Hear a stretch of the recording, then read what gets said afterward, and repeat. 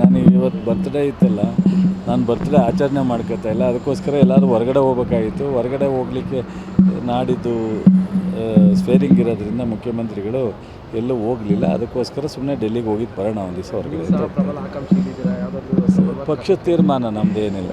ಪಕ್ಷದ ತೀರ್ಮಾನಕ್ಕೆ ಏನಾಗುತ್ತೆ ಅದೇ ನಮ್ಮದು. ಸಿಕ್ಕಿದ್ರೆ ಭೇಟಿ ಆಗ್ತೀನಿ.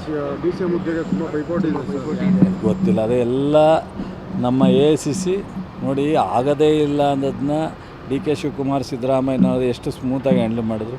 ನಮ್ಮ ಪಕ್ಷ DCMಗಳು ಮಾಡ್ತಾರೋ, ಮಂತ್ರಿಗಳನ್ನ ಕೊಡ್ತಾರೋ, ಯಾರು ಕೊಡ್ತಾರೋ ಅದೆಲ್ಲವೂ ನಮ್ಮ ಪಕ್ಷ ಸಮರ್ಥವಾಗಿ ಸಮಾಧಾನವಾಗಿ ತೀರ್ಮಾನ ಮಾಡ್ತಾರೆ. ನಾನು ಇವತ್ತು ಬರ್ತ್ಡೇ ಇತ್ತಲ್ಲ, ನಾನು ಬರ್ತ್ಡೇ ಆಚರಣೆ ಮಾಡ್ಕೊತಾ ಇಲ್ಲ. ಅದಕ್ಕೋಸ್ಕರ ಎಲ್ಲರೂ ಹೊರಗಡೆ ಹೋಗ್ಬೇಕಾಗಿತ್ತು. ಹೊರಗಡೆ ಹೋಗಲಿಕ್ಕೆ ನಾಡಿದ್ದು ಸ್ವೇರಿಂಗ್ ಇರೋದ್ರಿಂದ ಮುಖ್ಯಮಂತ್ರಿಗಳು ಎಲ್ಲೂ ಹೋಗಲಿಲ್ಲ. ಅದಕ್ಕೋಸ್ಕರ ಸುಮ್ಮನೆ ಡೆಲ್ಲಿಗೆ ಹೋಗಿದ್ದು ಬರೋಣ ಒಂದು ದಿವಸ ಹೊರಗಡೆ.